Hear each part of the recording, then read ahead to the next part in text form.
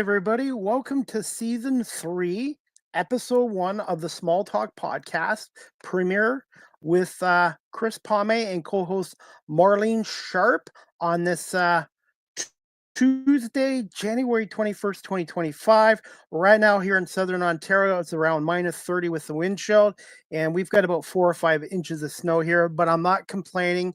I don't mind the cold and I don't mind the snow, and I'm so happy to bring back the Small Talk podcast for season 3, episode 1, again with my co-host Marlene Sharp, and we're going to bring her on, and we've got a special guest for you tonight as well. So just bear with us. I'm going to bring on my co-host, and by the way, Small Talk podcast is going to be live streamed on Facebook, LinkedIn, YouTube, Twitch, Twitter, X, and Instagram, and available on all major audio platforms as well.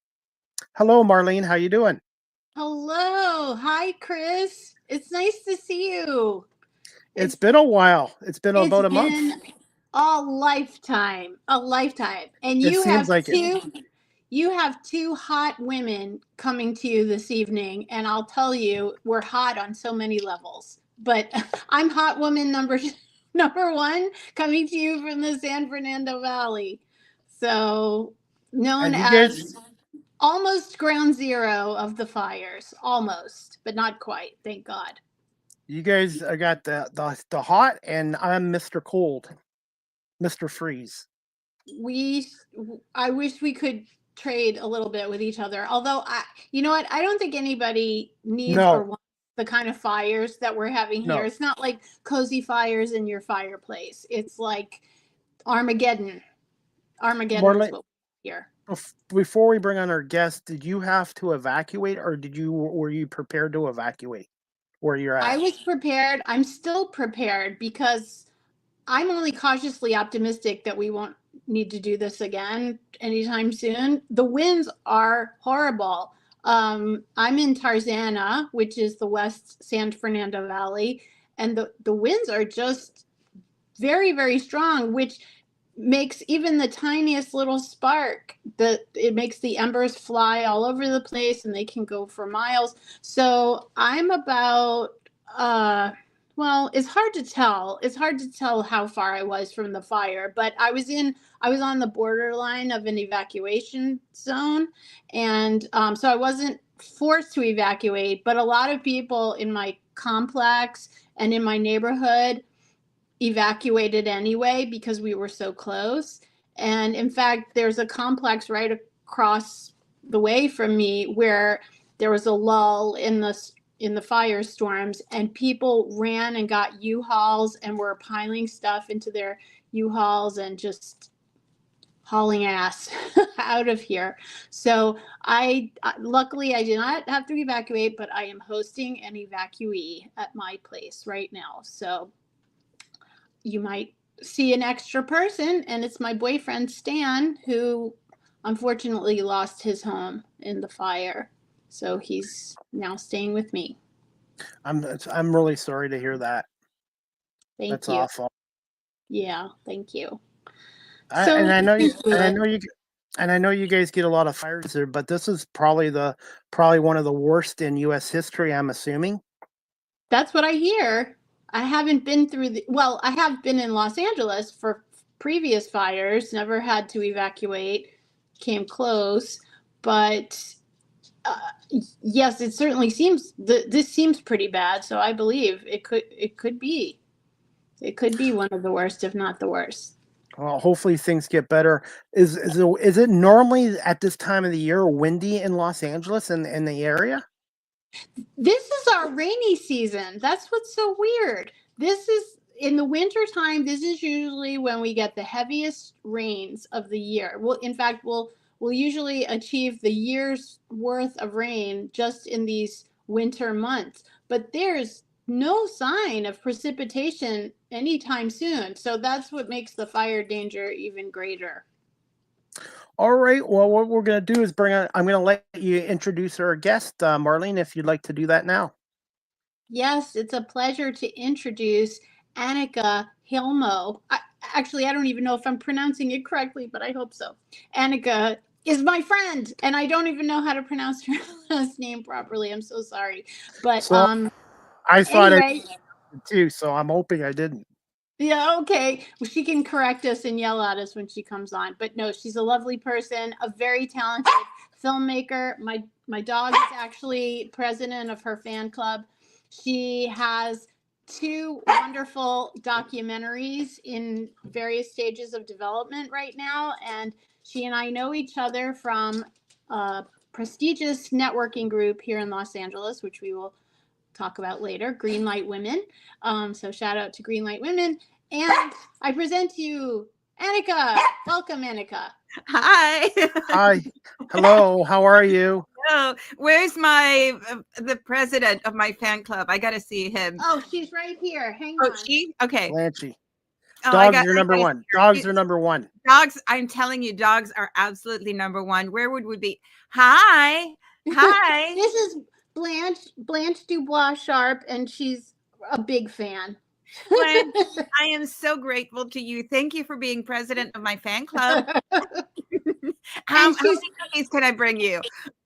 She's, you know what? She will work for you. She's available. She will accept any treats, and she is available also to do any dog or cat roles in any of your films. Wonderful. Free of charge. Yes. She Wonderful. just wants the I credit. love that. Oh, of course. She's a diva. Why wouldn't she? Exactly.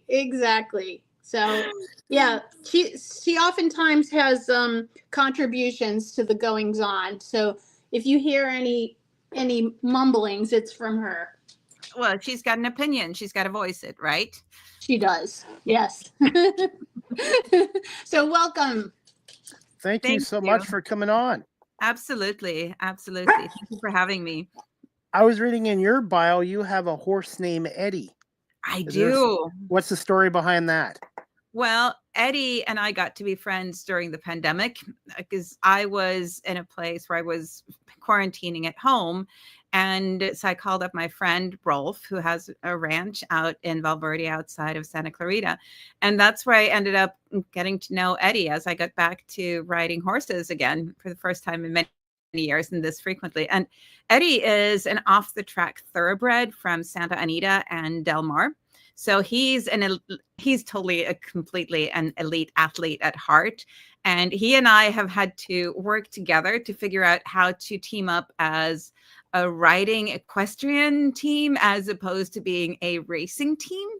And but it got to a point where my friend was going to sell the ranch, and by then I'd written a script that includes Eddie and is inspired by that journey of coming back to horses and healing and all that good stuff. So I couldn't let Eddie go. So now he is my horse. He still lives at the same ranch where I met him, and I've got new friends at Valverde Ranch. So that's the story with Eddie. What color is Eddie? He's a gray, and gray horses, they lighten every year. So he's almost white these days. Yeah, unless he's rolling in the mud, which happens because if you've got light colored horse, they are going to be rolling in the mud, and they are going to look like they rolled in the mud. But I guess that's one good thing about not having so much rain is he doesn't get as muddy. But he's white. And ironically, I worked at a racetrack in Canada for 23 years with horses.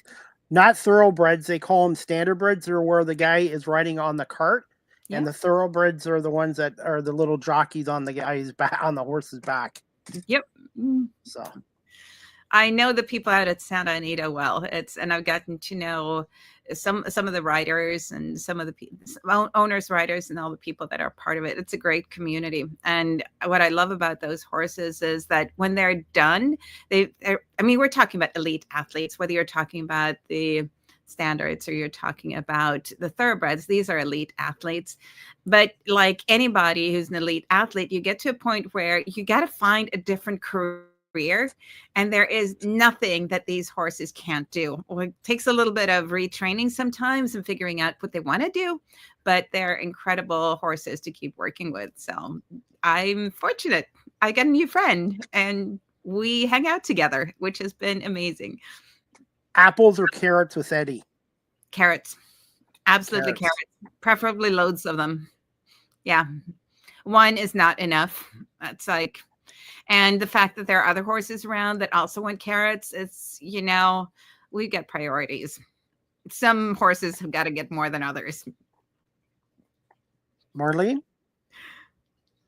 Annika, the film about Eddie, is it a story about your relationship, or what? No, Can you it's talk actually about that a little bit? It's inspired by like I said, by my coming back to the horses, but also my experiences during the pandemic. So the story itself, it's about a former ICU nurse. She burns out at her job and she needs to close the door. Sometimes we get to a place in life where it's like we've given it our all, it's time to move on.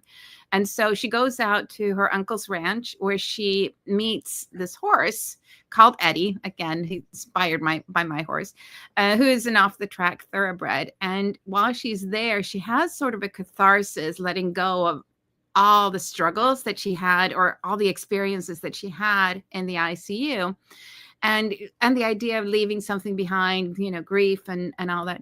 And as she does that, there is a former Marine who comes along and says, I've seen this happen before. There's something called equine therapy, where a therapist, a licensed therapist, works with horses to help people heal.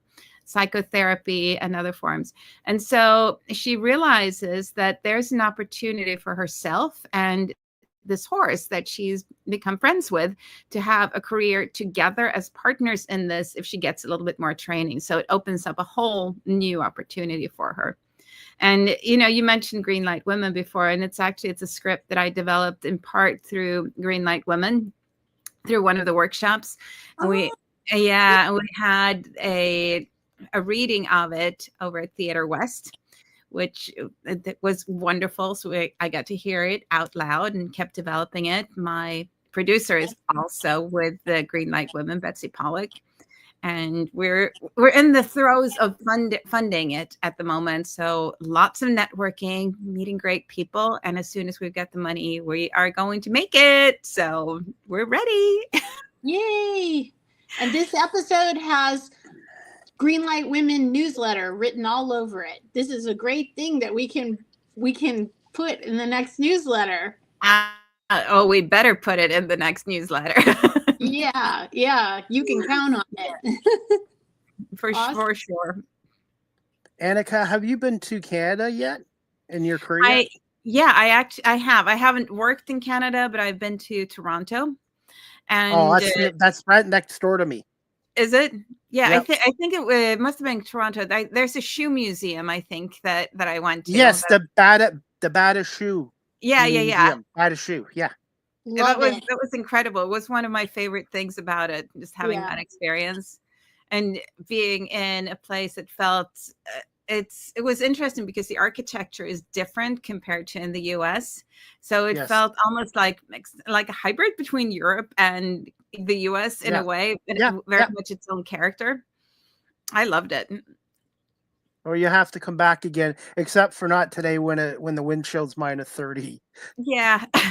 I'll come when it's little bit warmer. +30. Yeah. Yes, we have our hot summers here, so I kind of like our way what we have here. We have our winters, we have our falls, we have our springs, and I like the 4 seasons. We get a little taste of everything. For sure. I miss that sometimes here in California. It's not as distinct as it is. Originally, I'm from Sweden, and I grew up internationally, but I was born in Sweden, and I always go back there a lot. And I miss the 4 seasons sometimes here in California. We've got seasons, but they're not quite as clear as elsewhere. How much of an adjustment was it coming from Sweden to North America or America? That's a good question, because we actually moved here when I was a kid initially. So I grew up here in part, and then kept moving back and forth.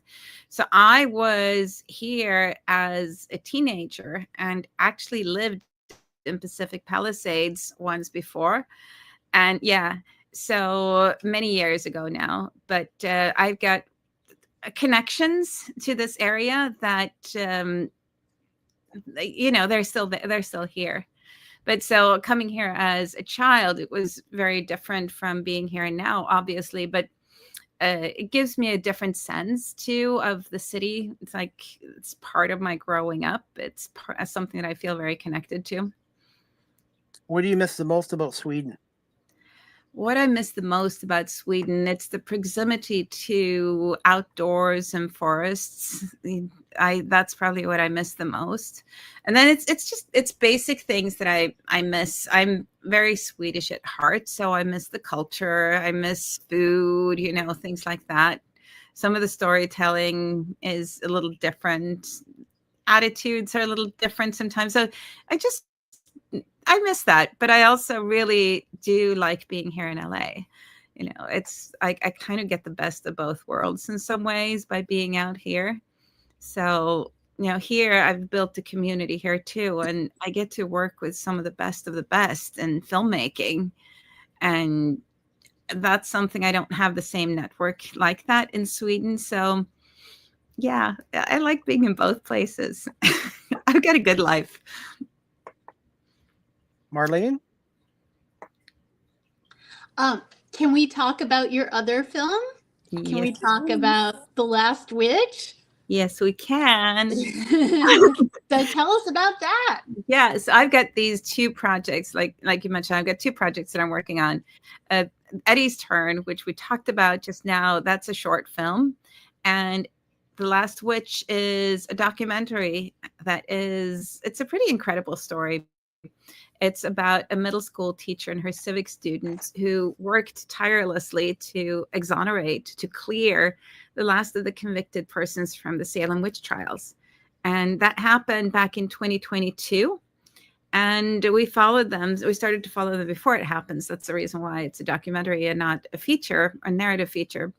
And so we've been following them for a while to see what the experience has been like for them, why these trials matter today, and why civic education matters today. So we're almost done filming. We've filmed most of it. We're in post-production to put together a rough cut so that we'll know what else we need to film before we go in and shoot those final scenes. And then we'll piece it together and we'll have a great little movie, a big movie. It'll be pretty big when it's done, but it's very exciting.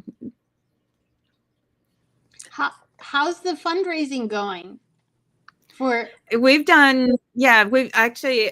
I've learned to fundraise. And so since the pandemic, I've raised well over $700,000 for my projects. If not, I think it's 750 now. So I think by the end of this year, that's going to cross the $1 million line. And it's all community-based fundraising. So it's a lot of work, but I get to know some incredible people doing this kind of work, to do the outreach and talk to them about why I care about the projects. And it means fundraising this way means that I fundraise from people who also care about these stories and want to make a difference in some way with these. So they have high expectations of the projects, which is a good challenge to have. But we're doing well. We've been doing well, and we're going to continue to do well. We're seeing more and more people come to us as opposed to just having to do the outreach. There's still a ton of outreach, but people are coming to us and saying, "Can we please help out? What can we do?" And that's the kind of momentum that's been created over time. So very, very exciting. And I should say it takes a village to do this kind of work. I'm in the lead seat of this, but I've had help all along from I've had a producer working with me. So Don Green's been working on it with me, and I've had help with social media. I've had help with my graphic design, web design, all of these different bits and pieces. I've got a grant writer that works with me. So it is a team effort that I'm leading, but I'm the one that's really that guiding light, and I'm the one that has to sell it to most of these people because they want to talk to me since I'm the writer director of it. So it's weirdly, it's fun because it is so much work, but it's fun at the same time since I get to know all of these people. And we're gonna make it. We've got more money that we need to raise, quite a bit more money, but we're gonna make it for sure. How Wanted is to that? ask. Oh, go ahead, Marlene. Go ahead. I'm No, go so ahead. curious because when last Annika and I spoke, she was preparing for a museum event in Boston, right? Yep. At the end of last year. So I'm curious how that went. Oh, it was so much fun. The museum event was a fundraiser for that particular museum, the Peabody Essex Museum, which is a major institution in Salem. And so because it was a fundraiser for them, not for us, I wasn't expecting to raise any funds that way, but it's a way for us to reach into the community and to partner with them. They're supporting us, we're supporting them. They've let us film at the museums in several occasions. They've supported us in different ways, and it's a way for us to connect with some of their sponsors that can then also potentially be interested in us. So it was actually, I brought along a couple of the people who are also part of this process to help them experience and get their thoughts on this as well. The actual event was fun. It was all about magic and conjuring, and really, really fun. So theatrical and playful at the same time. So I brought Carrie LaPierre, who is the teacher in this story, the middle school teacher, and she had never been to an event like this before. So it was great to give her that opportunity. I brought one of the local witches that we've partnered with to get the local witch community's perspective on what's going on and on the idea of magic then and magic now. And then I brought one of the parents along as well, one of the girls that's featured in the film. So we had a small group of different people that are participating in different ways in the story. And now the good thing about having been there is that I can have different conversations with the local establishment, I should say. And that happened very quickly, that I'm able to talk to them and as a participant in the community, as opposed to just somebody that comes and goes. So the more that I do those kinds of things, it's fun, it's exciting. I get to introduce some people to things that they might not have experienced otherwise. And we build that community that we need to finish the film. So all good all around. Fantastic. Annika, congratulations. I wanted to ask you this. How difficult was it during those 2 years with the pandemic for the film industry? And also, when did you have a passion and develop an interest for filmmaking, storytelling, and producing and directing? So two separate questions. It was very difficult for all of us during the pandemic. I mean, there is no doubt. For many of us, I went to Sundance. Sundance was a super spreader. I got COVID right after when I got back, like many people. And then before we knew what it was, but many of us got sick. And then we were in lockdown and production shut down.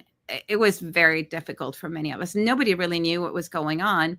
But that was the time when I started to work on The Last Witch. So I did get work done during that time, but it was really difficult. And there were other projects that just kind of stalled because nobody knew anything.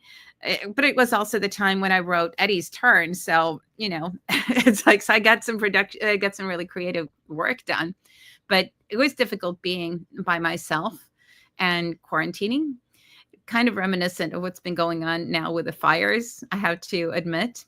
But as far as when I started to develop this interest in filmmaking, I've always been interested in film and storytelling ever since I was little. And then my creative journey has gone in different directions. In addition to really enjoying film and those stories, I've also trained in classical voice and a number of other things along the way. But what I did do, I got a PhD. And when I was getting my PhD, I started to research, among other things, teen queen movies, the ones that have a teen girl as the lead and who somehow magically transforms the world, right? And that developed an interest to say, there are some things that I really like about these stories, and there are some things that I would like to change. And gradually, it's like many different paths that kind of put you onto one path at the end of it. I ended up leaving academia and going into consulting. I was back here in LA by then, and consulted for a while, film industry and other places. And then this job showed up. And it was as an analyst. And I thought, oh my God, I don't want to be an analyst. I do not want to sit and crunch numbers all day long. This is not going to be for me.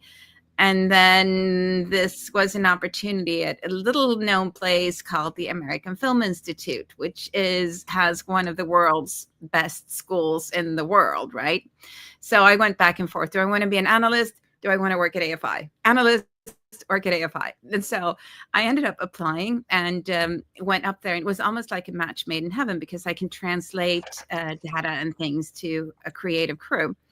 And while I was there, some of my colleagues discovered that I was also a writer, that I had written screenplays, and they immediately said, I want to read it. What are you working on? So, because it's that kind of creative environment.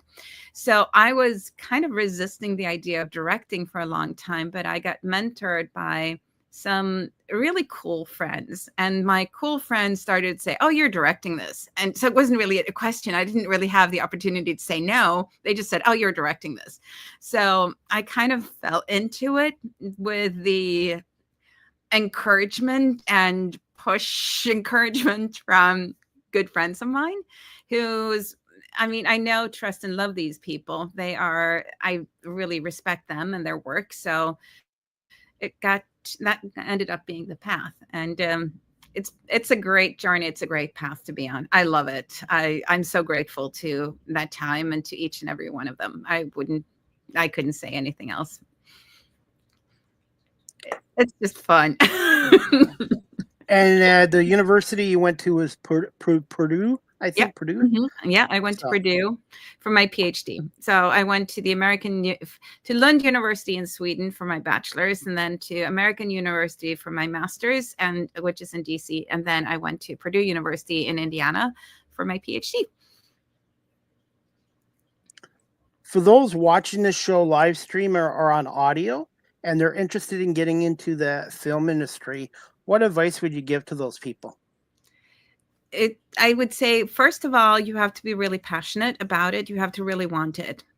And this is advice that I would give to anybody that wants to get in. And that is, it's going to be easier and harder than you expected, because it takes a lot of hard work. But if you do that hard work, you may just find yourself in a place where you can get into the industry. I would really work and hone your craft. It depends a little bit on where you want to work in the industry as well. LA is unique in some ways in that we're very craft oriented, that, people go in there and they stay in their lanes oftentimes. Whereas in other parts of the world, you might be able to do multiple crafts or multiple tasks. But a place like LA, it's really so specialized. Figure out who you are as a filmmaker, figure out who you are as a storyteller, work hard. Don't be afraid of taking some low paying or even unpaying gigs from time to time, because you're going to be making connections and you're going to really be improving the work that you're doing. But be prepared, because it's going to take a while, and you may need to have other sources of income while you're getting to that place where you can really sustain yourself doing this. Again, this is why you have to really want to do it, because it's hard to be in that place if it's something that you kind of want to do. But if you really want to do it, then you make it work. And have fun, have loads of fun. It's like because that's what's also going to keep you going. And remember to talk about it as something that's fun. Nobody wants to hire somebody who's miserable. I don't want to hang out with people who are miserable and who are complaining about other sets that they've been on. No, I want to hang out with people that are fun. So enjoy yourself. That's how me and Marlene met. We're both miserable. I'm just kidding. You were both miserable? I'm just kidding. Just kidding. I'm just miserable now. So. I'm just trying to get a response out of my co-host. Yes. Sure. We actually met through podcasting. Grace. That's amazing. Yeah, through our 4 years ago. Friend. Grace Fraga. Let's see. Grace was on your podcast, right, Chris? And then you were on hers.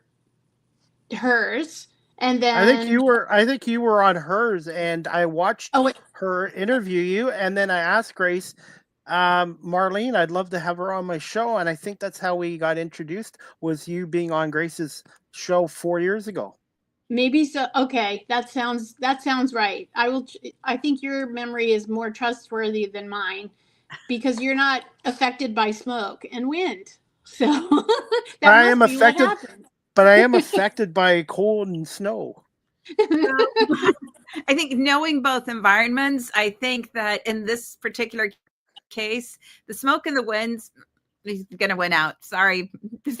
No, yes, we win. Yeah, exactly. We win in California at the moment. It's like it's nice try, but right now we're going to win on this one. The wind and the Annika, smoke. what was your experience? Yeah, Chris just put the question up on the screen, which I was. We think alike, thinking. Marlene. We think alike. Yes, we do. It's a group think here. How were you during the fires, and what happened to you? Well, the fires are still ongoing, so let's just exactly. start there. It's like they're not over, and we're by no means out of fire season. So I that's really important to remember. And there's still many people who are displaced, and we're going to be dealing with this for a long time. I just got back to LA the second day of the fires, and when I got on the plane, the situation was very different from when I got off the plane. And then I live in Santa Monica, and we were under a watch the entire time, or have been under a watch. We were for about a week, I'd say. And I didn't unpack during that entire week because the winds were so fickle that you really had no idea what was going to happen.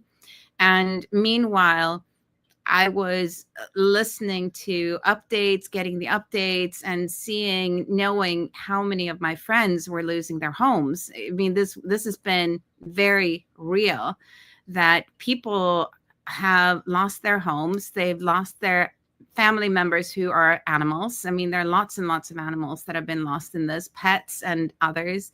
And just seeing that devastation spread and spread and spread.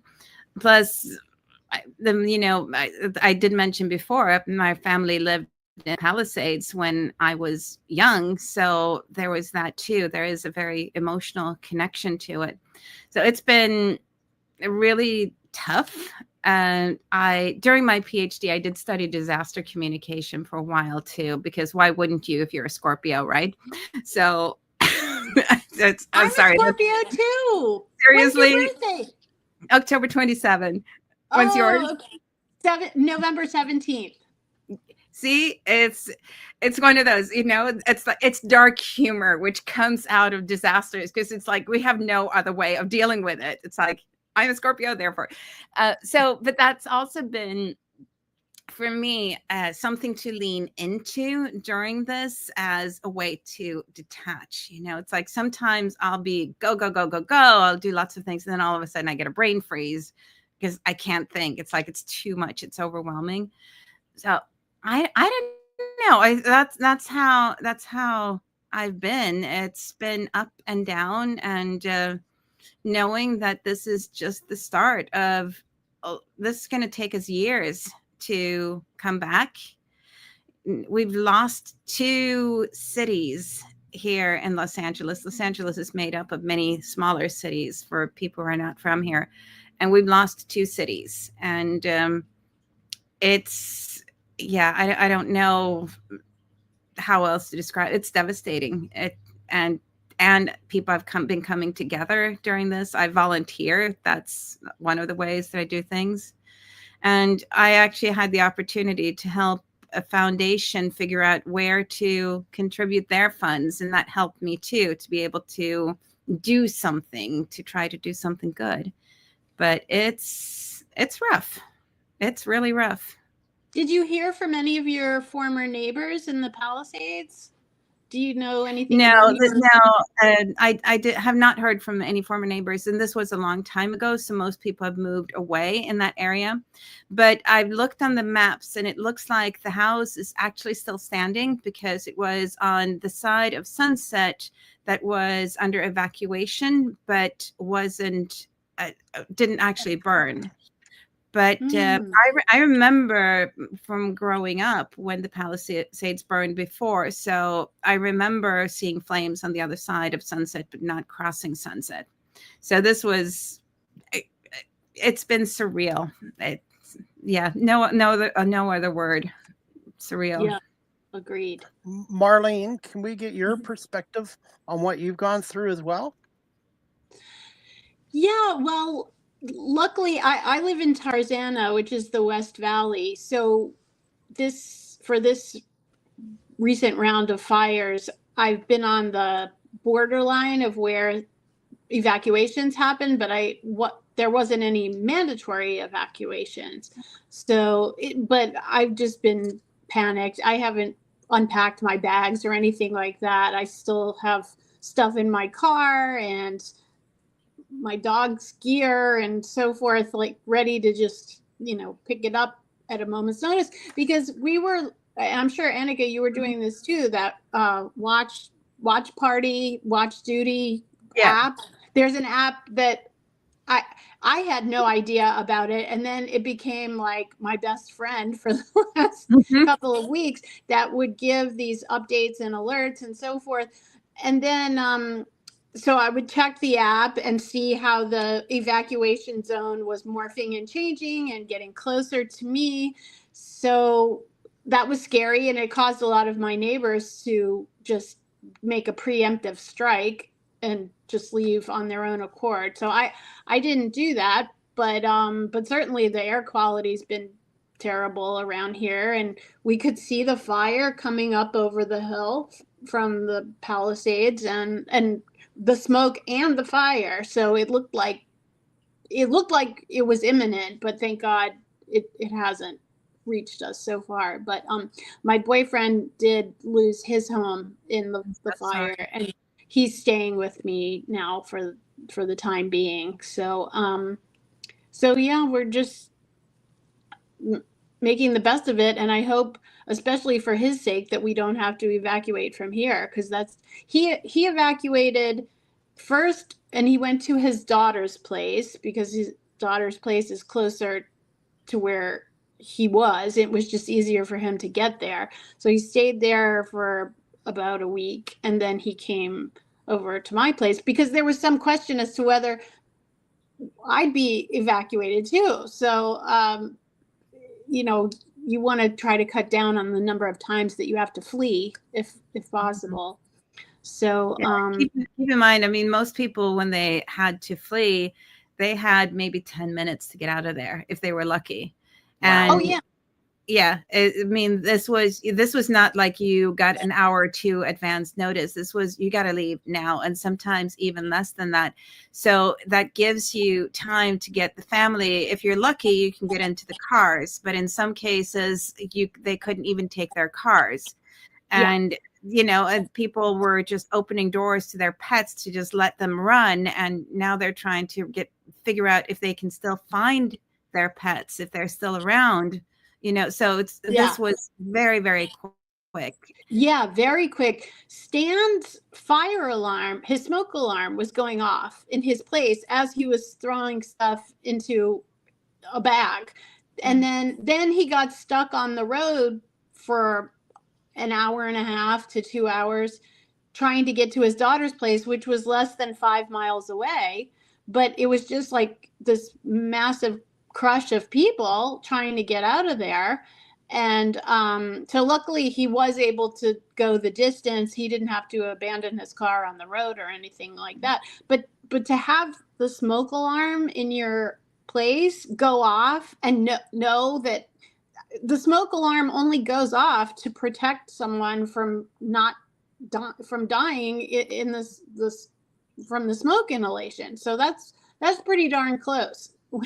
You're not supposed to stick around when the smoke detector is going off. So, yeah, very traumatic for him. And then to know that he only has what he took with him, and now is the process of trying to put everything back together again.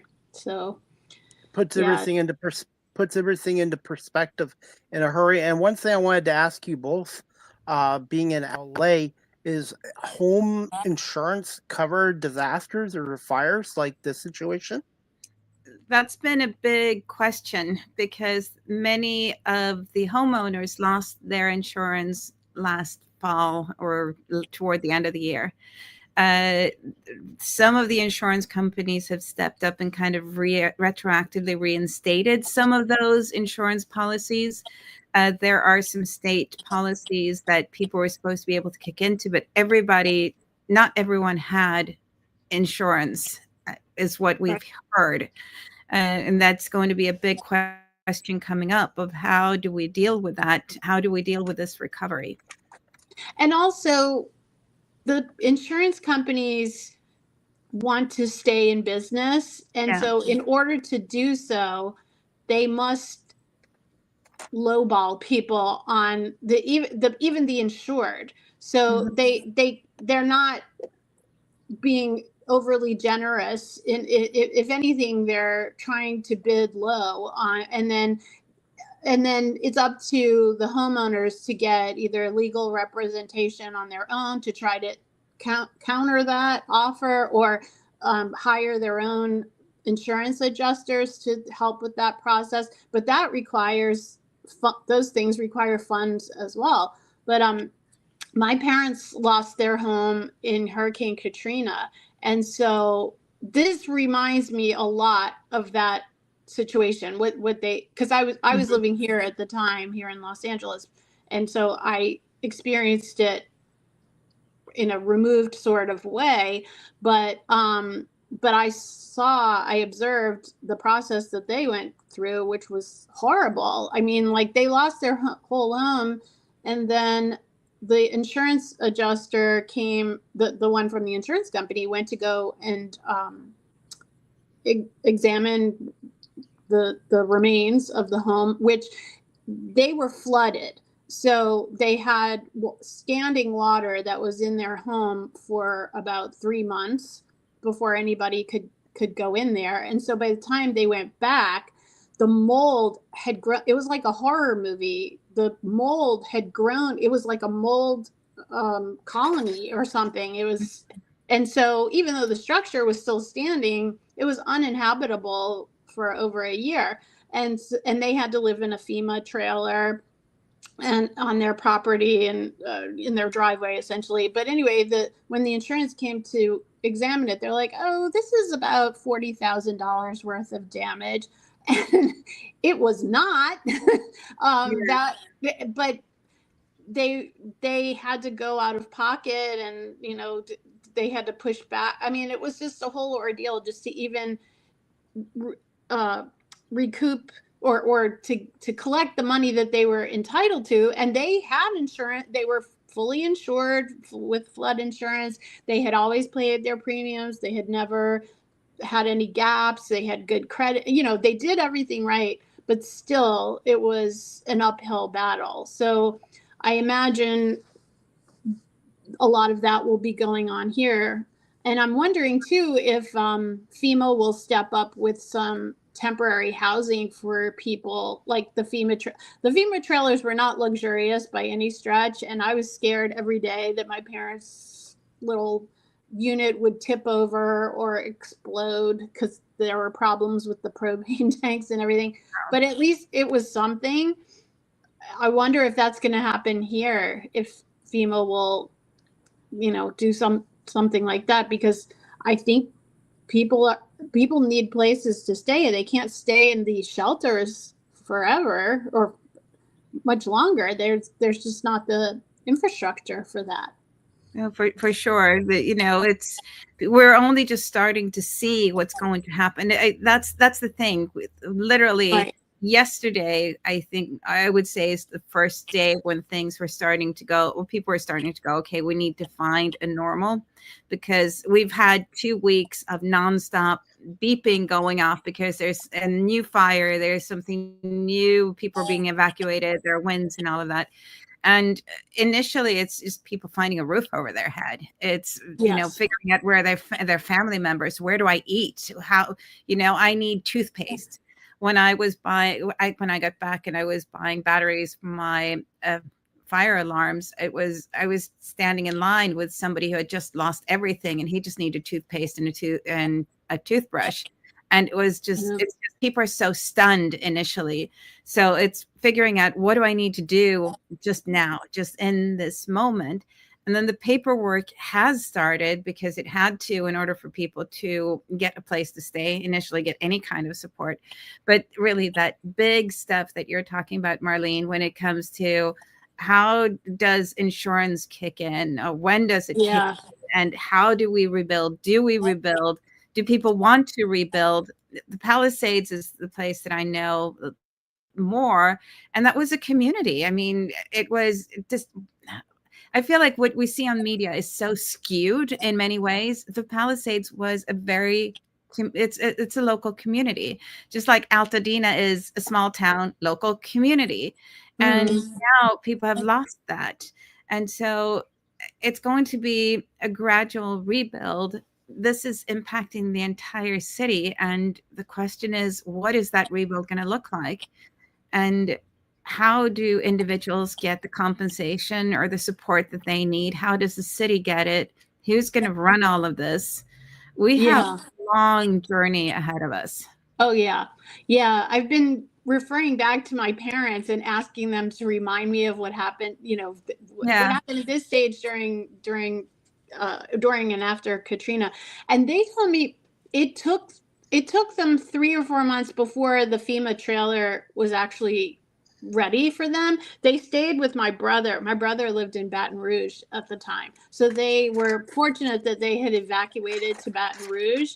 And so at least they had that, they were able to stay there. But the whole area where they had lived was flooded, and the National Guard was preventing people from going back in and even seeing it. So that's why the damage got worse and worse, because it was all this standing water that was there for 3 months before anybody could really go in and just even assess what was happening. And then there needed to be some clearing out and some city cleanup that needed to happen before they could bring in the FEMA trailers to then put in people's driveways, or where they could oversee the rebuild or what have you. So they were telling me, they said, those FEMA trailers didn't just come overnight. It took a while, and then it was like 8 months, a year, for some people longer than that, to do the repairs or the rebuilds or whatever. So, and they have to make sure it's safe. Yes, right. They have to make sure that it's safe. They're starting to let people back in to go through and see if they can save mementos, if there's anything at all that's salvageable. And in most cases, it's very, very little. But at least people can encounter the space where they used to have a house, so it becomes real. And I think that psychologically, that's really important. But they need to make sure that this is safe, because there are gas lines that are broken out here. There's asbestos floating throughout the air. I mean, we've had 2 weeks of, I've been seeing white specks on the ground of somebody's house in my backyard, right? Right. So, I mean, all of this needs to be made safe, and electrical power lines that could all of a sudden set something up. It's not just saying, okay, let's just open it up. The most of the fire is contained to 63%. Let's let everybody back in. It's not safe. And all of this needs to be managed to let people in. And before it's been made safe, which is going to take several months, you can't talk about rebuilding anything, because you'd be building on top of something that is not safe. And then add to that Southern California, our ground is very loose. And so now we've had fires and there's nothing to hold on to it. So if we were to get those torrential rains that we usually get this time of the year, we kind of switch off between Santa Ana winds and torrential rains this time of year. We like drama. It's like we've got Hollywood, we like drama. But if we do get those torrential rains, we are going to have mudslides. And that's going to be another issue in this whole recovery. So this is going to be a while. It's not something that's going to happen tomorrow. Right now, we're volunteering. We're helping out as much as we can. We're going to get back to some kind of sort of normal, but this is not going to be normal for months. Wanted to get your opinion, both of you. Thoughts on Governor Newsom, and what's the latest on some of the arsons? I guess there's been a couple of people that have started the fires. Annika, as the crisis communications expert. Yeah. So yes, actually, I don't think that there's been anyone that's stepped up and been the right leader in this as of yet, is what I would say. Okay. And I would put that all the way up to the very top, because a crisis like this needs whomever is head of state to step in, and there are two of them. Neither one has really done a great job of it. That's what I would say. Okay. But oftentimes you get somebody that's a community leader that's not necessarily an elected official, because you need somebody who can provide continuity in this. And elected officials, their job is to come in and kind of do some cleanup for a couple of years, and then they run a campaign and they either win or lose. So it's not necessarily that they're going to be the right person to do that. But I haven't seen anybody as of yet be the person who can unify and inspire and provide the kind of continuity that says we can really rally together. We've got this. We're Los Angeles, and that we've got the resources, and we can pull in the resources that we need. It's noteworthy, and we are very grateful to Canada and Mexico for coming to help us out. Extremely grateful. Our firefighters would not have done this on their own. There's no way with this much going on. So extremely, extremely grateful to both of those countries. But as far as the politicians go, I feel like they're too busy thinking about their political arguments back and forth, and not enough thinking about the humanity the people going on here. Yeah. The people part of it. And I say that really standing on all the research that I did do as part of my academics as well, that I have not seen that. And that can make or break the recovery efforts and how the city pulls together. So I'm hoping that somebody will be able to step up and be that inspiring voice coming up, male or female, doesn't matter, but somebody like that. Do you and Marlene have a little more time? Because I wanted to play a video from Fox 11 News in LA, if that's okay. Sure. Marlene, are you good for a few more minutes? Another 5-10 minutes? Okay. 1 second. I'm going to play this video right now, courtesy of Fox 11 News in Los Angeles. Please let me know if you can hear the audio. This morning, we'll start with the Palisades fire. More than 23,000 acres have burned. Containment is now at 56%. Nearly 6,000 structures have been destroyed. Over 700 have been damaged, and 10 people are confirmed dead. As for the Eaton fire, more than 14,000 acres have burned. Containment now at 81%. More than 9,000 structures have been destroyed. More than 1,000 have been damaged, and 17 are confirmed dead. Crews in the Eaton fire zone will look again to gain more ground, all while keeping an eye out for sign of any trouble in terms of those dangerous winds. They are expected to return later today. Mario Ramirez is live in Altadena with the very latest there. Mario.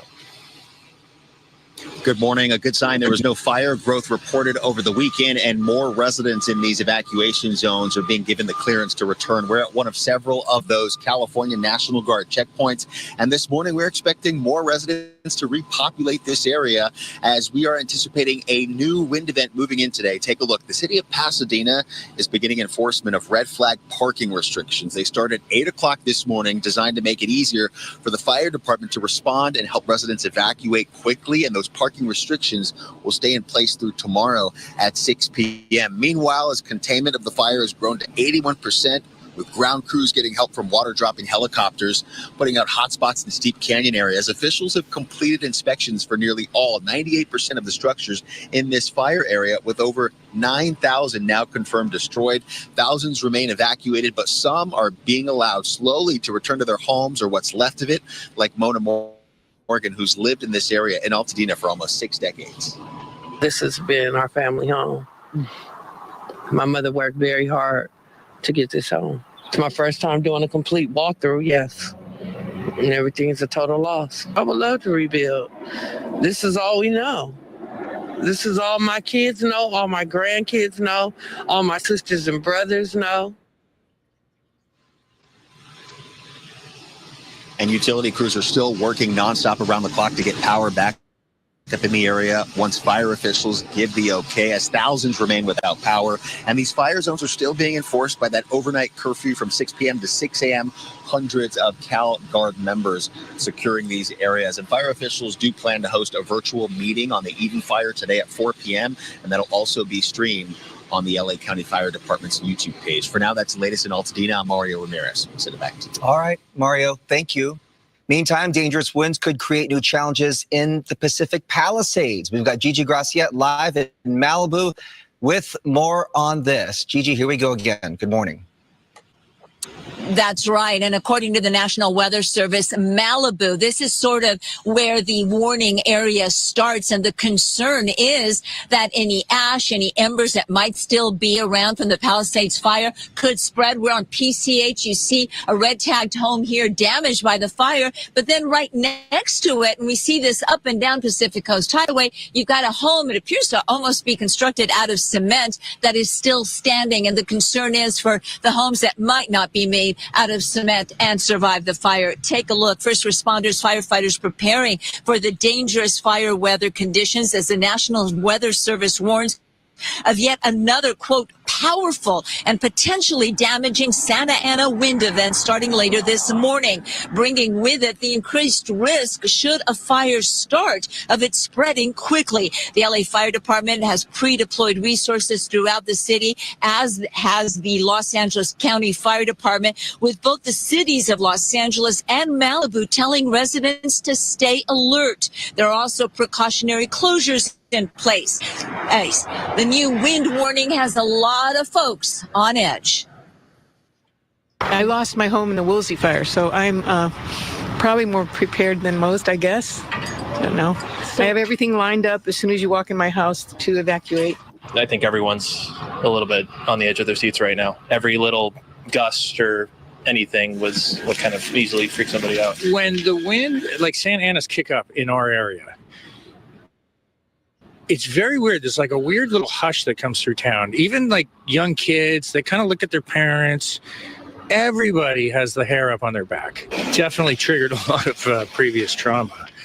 And I just feel for everybody. I know exactly what they're going through. Now, we mentioned those precautionary closures. Take a look. Those are some of the road closures. And a lot of places will be closed today, too, including the Los Angeles Zoo and parks like Griffith Park and Runyon Canyon. This is in anticipation of those severe winds.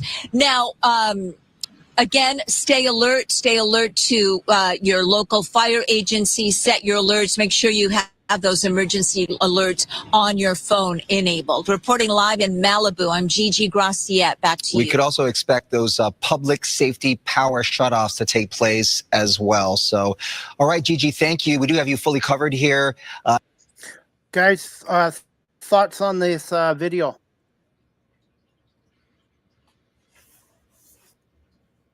It's like being in a war zone. What was this broadcast, Chris? Do you? From this morning. Oh, it This was morning. from this morning. Yeah. Wow. Okay, I thought maybe it was from like a week ago, but No. wow, it seems like it just happened. Yeah, I 27. think. Go ahead.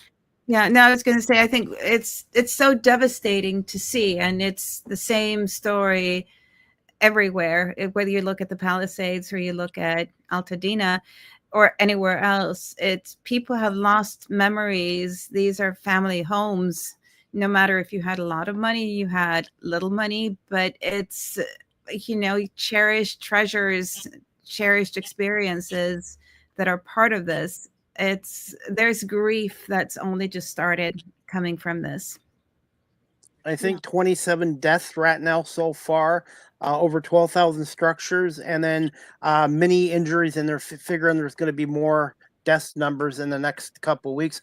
I have to ask both of you guys right now, when you go outside, do you guys wear a mask, or is the air okay to go without a mask?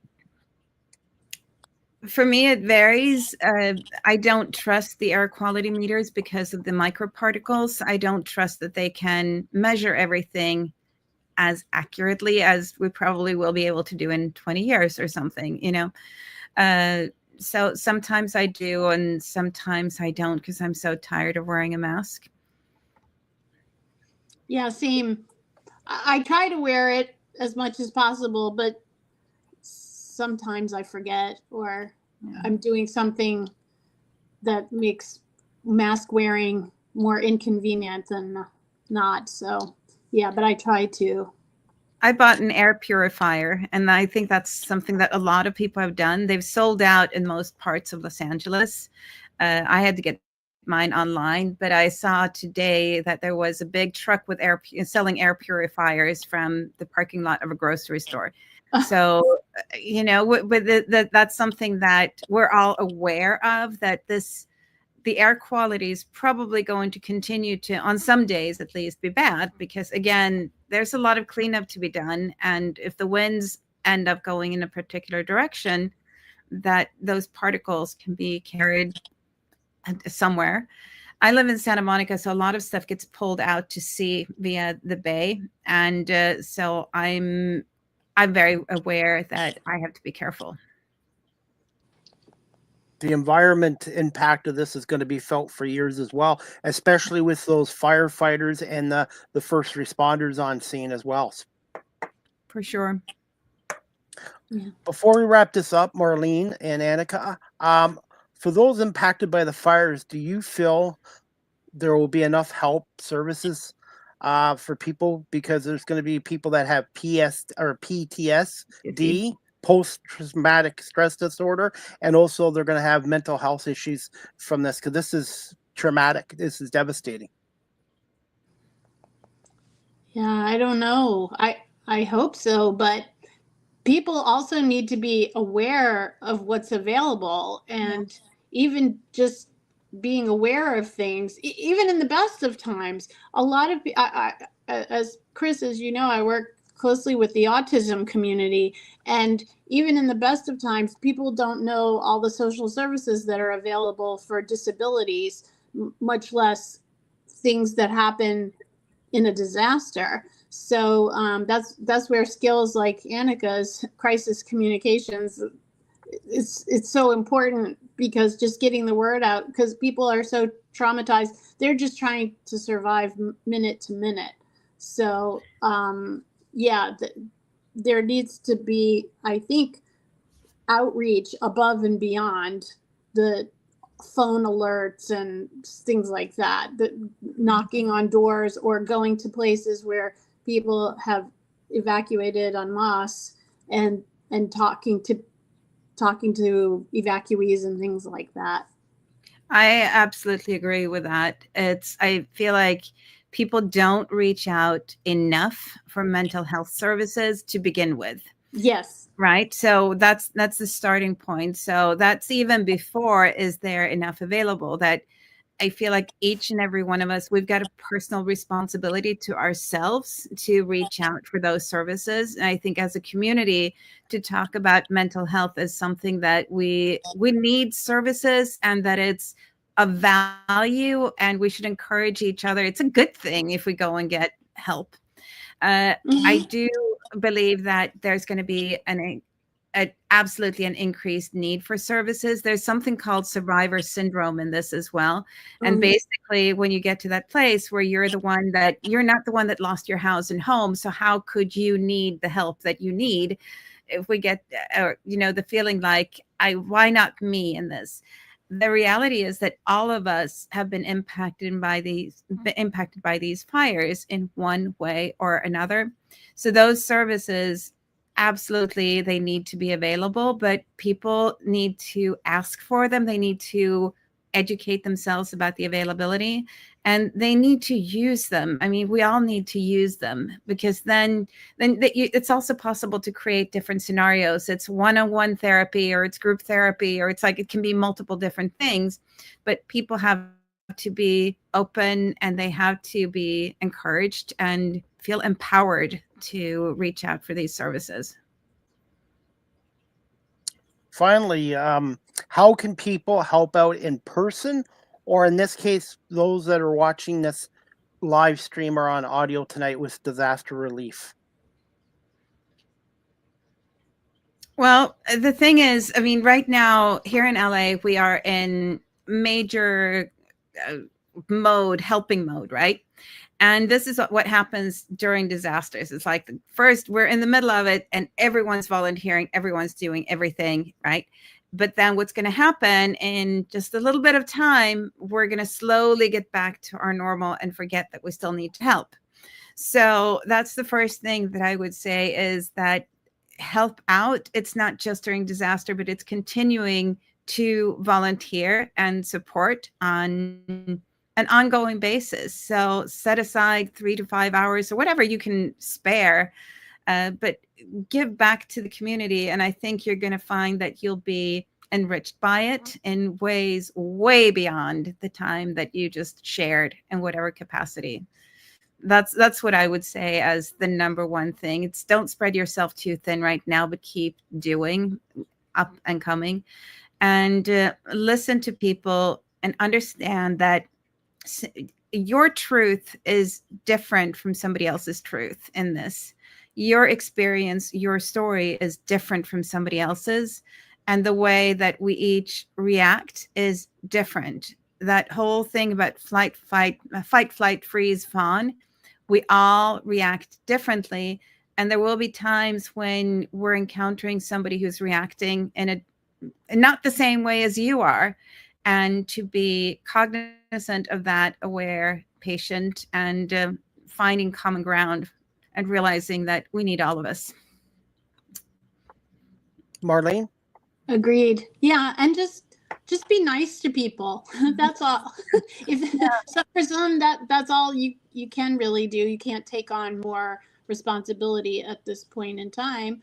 So just give people a wide berth and understand that we're all going through something, and just try to be nice. Yeah. redcross.org, I believe, redcross.org. And I guess there's a number of other organizations people can help out as well. And TikTok, I know it has its negatives, but I've seen a number of guys from Los Angeles affected by the fires having food and clothing at Santa Anita racetrack in the parking lot there. LA Glitzy, he calls himself, and they're cooking food for people, giving people. They've turned it into like a big community event, and people like that on TikTok have been a huge help for your community and stuff like that. And I've been watching their videos, and it's just amazing. They're giving their own time, their own money to feed people and to help people out. And kindness is free. It doesn't cost anything to be kind. And I think when tragedies happen like this, everybody needs to be human and remember human beings, and also our furry friends too. There's a lot of them out there that need help as well, or they're stuck in shelters, not knowing if they'll see their owners again as well. Yeah, absolutely. I second that to 100%. Final thoughts before we wrap this up. I'm thankful that Annika was able to come on the show today. Yeah, I'm thankful Same for here. being here. Thank you for having me. It's been a pleasure, and it's great to talk about some of these things. I think we need to talk it through to make sense of it. So thank you. We had our You're own you're welcome. support group here today. For sure. And thank you both for coming on. And Annika, you have open invite to come back on our show again and maybe talk a little more about your career in the future, and also hopefully maybe some positive things or things going better in Los Angeles as well. And I know it's a difficult time for both of you, and I just want to say thank you for coming on tonight and giving us a little time and your perspective from being involved in the fires with me being here in Canada. I would love to come back. And I will say I'm proud of Los Angeles at this point, just as a whole, because our community has been coming together, and it really has been a city of angels in many ways, of lots of individual angels that are stepping up and being there for one another. So even though it's difficult, people are coming together, and that gives me hope. That gives me a lot of hope. And where can our audience follow you on social media and the best way of contacting you? So the best way to contact me is probably through social media. And I'm my first name, last name, Annika Hylmö, at just about everything. You can also follow my projects. It's Eddie's Turn Movie, or The Last Witch Film. And we are on all social media platforms, just about that you can imagine. So probably the best way to find me is just use my first name, last name, or The Last Witch Film, or Eddie's Turn Movie. Okay. And just give me a little bit of time tonight, and I will send you the video, the audio, and I will break this into reels and clips as well. And Marlene, final thoughts? Thank you. Just grateful for everything that we have. Extra grateful. One And day at a grateful time. to Canada. Thank you, Chris. Please we're thank not- your countrymen for helping us out during this trying time. No matter what happens politically, Canada always helps out other countries, and you guys are our neighbors, and that's what neighbors do. Neighbors and friends do for each other. For sure. For And sure. the whole world needs to get back to kindness and just remembering we're all human beings on this planet, and Mother Nature has the power, we don't. Truth. So, all right. Well, Annika, thank you so much for doing this, and continued success in your career, and prayers and thoughts to you and everybody out in LA as well. Thank you. The same to you. Okay. Well, you have a good night, and we'll keep in touch on social media. Okay. Sounds very cool. Thank you. Thank you both. Thank you, Thank Chris. you. Thank you, Annika. Thanks. Take care. Marlene, final thoughts. Oh, okay. All right, guys. That was our show with Annika Hylmö. Hopefully I got her last name right. And my co-host, Marlene Sharp. I want to say thank you to both of them for coming on tonight in season 3, episode 1 of the Small Talk podcast, which is live streamed on Facebook, LinkedIn, YouTube, Twitch, Twitter, X, and Instagram, and available on all major audio platforms such as Apple Podcasts, Spotify, iHeartRadio, Amazon Music, Good Pods, and every other audio platform there as well. And also, if you're watching this live stream or on audio, we are looking for sponsors for the Small Talk podcast. If you're interested in having your business advertised on the Small Talk podcast, which is a once a month news entertainment talk show, please DM Marlene Sharp or contact her through her LinkedIn page, or you can email me at cpomay19@gmail.com. That's cpomay19@gmail.com if anybody out there is interested in sponsoring our show as a business as well. Again, I want to say thank you to Annika Hylmö and Marlene Sharp for coming on here, and prayers and thoughts to the people in Los Angeles affected by the fires. And the best way you can help out if you're not in the LA area is through online donations. And I would say go through the American Red Cross. I guess their website is AmericanRedCross.org. AmericanRedCross.org. And hopefully in prayers that they get all these fires put out in the near future as well. Our next Small Talk podcast will be in February 2025 for season 3, episode 2. And before we wrap this up, guys, the next live CDP Sports and Entertainment Talk Show, sponsored by BarryCollin.com and WellingtonBrewery.ca, is going to be on Thursday, January 23rd at 11:05 a.m. Eastern, with my special guest, Christine Lisi from ESPN Radio. Christine is a huge Buffalo Bills fan, huge sports fan. She's been with ESPN Radio for 25 years. We're going to break down the Bills' win over the Baltimore Ravens, and we're going to preview the AFC Championship game between Buffalo and Kansas City on Sunday night. And on Sunday afternoon, it's going to be the Philadelphia Eagles and Washington Commanders as well. Again, I want to say thank you to everyone watching this live streamed or on audio platforms. And again, thank you to Annika Hylmö and Marlene Sharp for coming on. And again, if anyone out here is watching and would like to help out with an online donation or in that, the best place to try it would be the American Red Cross website, AmericanRedCross.org, or just Google LA fires, because there's a lot of places that need help, especially the Pasadena Humane Society, I believe, took in over 400 misplaced animals and pets from the fires as well. I hope everybody has a great evening, and we'll see you guys back here in February 2025 for season 3, episode 2 of the Small Talk podcast with co-hosts Marlene Sharp and Chris Pomay. And please check out my next live with CDP Sports Entertainment Talk Show this Thursday at 11:05 with Christine Lisi from ESPN. Have a good night, everybody, and thanks for watching and listening to the Small Talk podcast.